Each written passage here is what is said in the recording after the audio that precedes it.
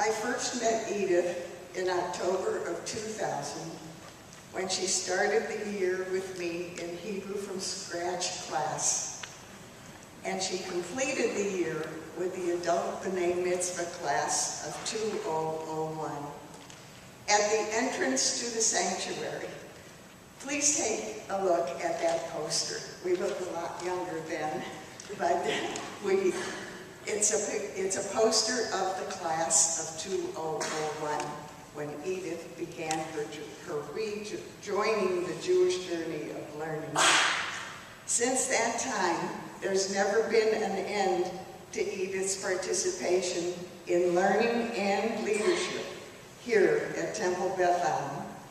She continued taking classes on Wednesday night adult education program, and seeing her interest and motivation, I invited her to join the adult education committee.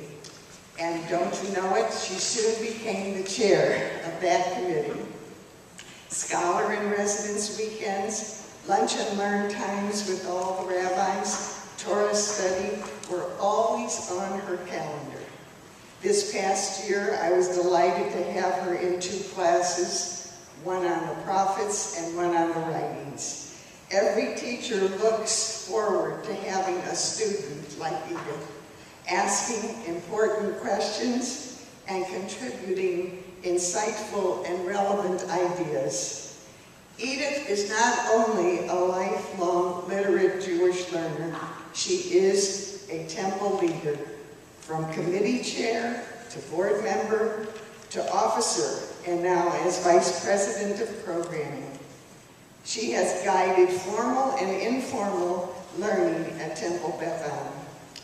Edith, 14 years ago, the Adult Education Committee and I established the Talmud Torah Award. And I don't think there were any other congregations at that time that had such an award. Now we are pleased to add you to the list of Talmud Torah Award recipients. As I said at your adult bat mitzvah, Talmud Torah Keneged Kulam. Judaism requires us to fulfill many mitzvot, but our tradition tells us that the study of Torah excels them all, because Jewish learning leads to Jewish living. Turn it again and again, week by week, year by year, for you will find so much wisdom in it. I said that then in 2001 to you, and you know what? You did it.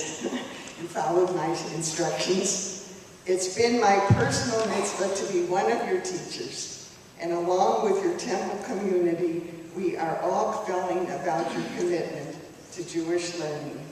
And tonight, Edith, we invite you to be our teacher. Thank you. Thank you.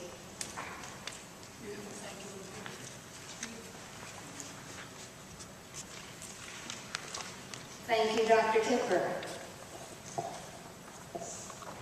And I'm deeply touched by this honor and thank the Talmud Torah Selection Committee, all of whom are earlier Talmud Torah Award recipients. Dr. Kipper has launched many of us on our lifelong Jewish learning, so there are probably a dozen or more of us here now that she's gotten started. Thank you to my many teachers and fellow Torah students who have enriched my learning continuously. Thank you to my friends who have traveled from some distance, some of it to my surprise, and thank you for being here very much.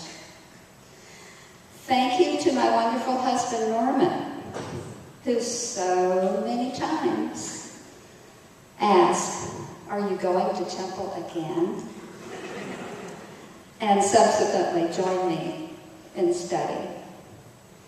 And I would mention our 3 sons, Eric, Andrew, and Franklin, and their families, who by living in the farthest corners of our country, and indeed the world, have enabled me to attend services and Torah study in many different locales. Our Torah portion this week Amor, addresses the sanctity of priests with an emphasis on keeping the holy from coming in contact with impurity or disqualifying imperfections. Among many requirements for priests, Amor stipulates that only priests with no physical defects may bring offerings to the altar. Priests with physical impairments, whether from birth defects or injury, those who are blind or lame, have a limb too short or too long, a broken arm or leg, a hunchback, a dwarf, the list goes on with an array of limited items, are disqualified to bring an offering to the altar, though they are still considered priests.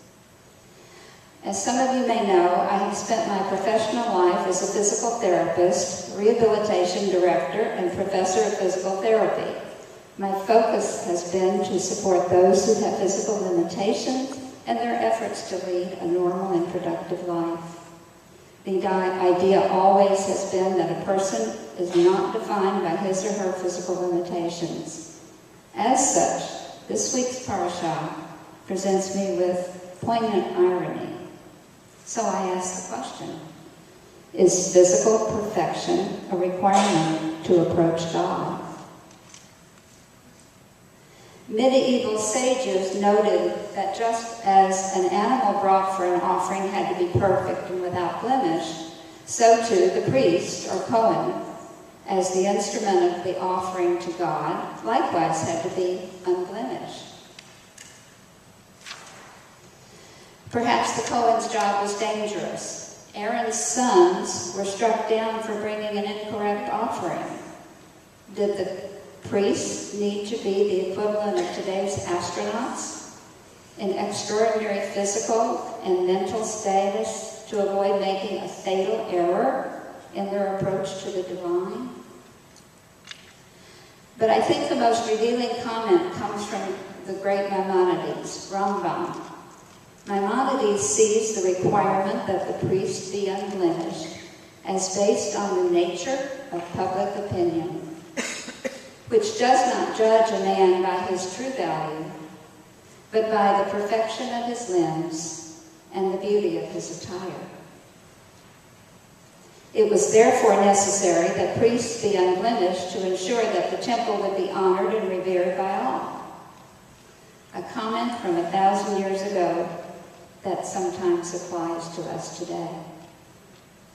According to Rabbi Brad Artson, this passage and others like it led to early rabbinic legislation to exclude the blind, deaf-mute, developmentally disabled from full participation in Jewish society, either in legal proceedings or as members of a minyan for a religious service. It was the Reform movement that began the changes that welcomed everyone to the Torah. Shlomo Reinhardt's, writing in the Women's Torah commentary, states that, quote, ideas in Amor continue to have subtle ramifications for general society today. She notes that the ideals of physical perfection have become the cultural goal of the wider American Jewish population, with terrible consequences, especially for women. Girls starve themselves to be thin, and sometimes women of all ages consider themselves to be defective or imperfect, no matter what they do. Even becoming old in our society marginalizes us. Our wisdom is discounted and out of date. If we become physically frail, we become a burden. In studying Amor, we have an opportunity to consider those who are marginalized in our society. The Torah speaks of disabilities. Many biblical leaders had physical handicaps. Jacob limped, Moses stuttered, Miriam had leprosy, Isaac became blind, Saul had bouts of insanity and depression.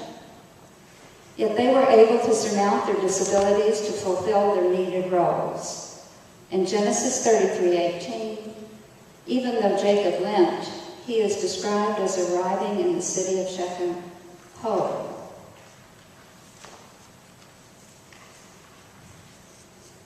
Our modern sensibility motivates us to provide accommodation to those who need it, so that they can participate as fully as possible in society. Our Axler speaker this evening brings us portraits of Jews who do not look like us, and yet he labels his portrait subjects, tamim, pure. We have made progress, but are we there yet? When looking at a room full of people, and I look around you and you're all gorgeous, our rabbis recognized the amazing variety and diversity that they saw, and they created a blessing to recognize this. Baruch atah Adonai, Eloheinu melech ha'olam, mishaneh habriot. Blessed are you, Adonai, our God, sovereign of the universe, who makes us all the same, yet different.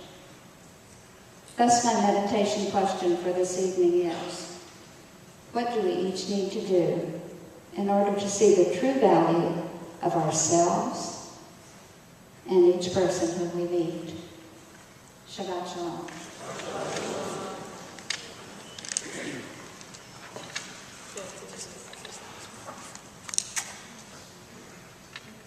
Edith, all I can do is second everything.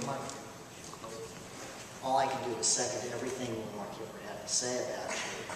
And notwithstanding what Maimonides said, I think we at the Temple have no problem recognizing the true value of everything you do and have done for us. So, while the Jewish learning is its own reward, and you don't actually need anything tangible, it is nice to have a tangible reminder as well. And so, on the Temple of Him, we give you these small gifts as a token, small token of our appreciation. Thank you. Thank you. Thank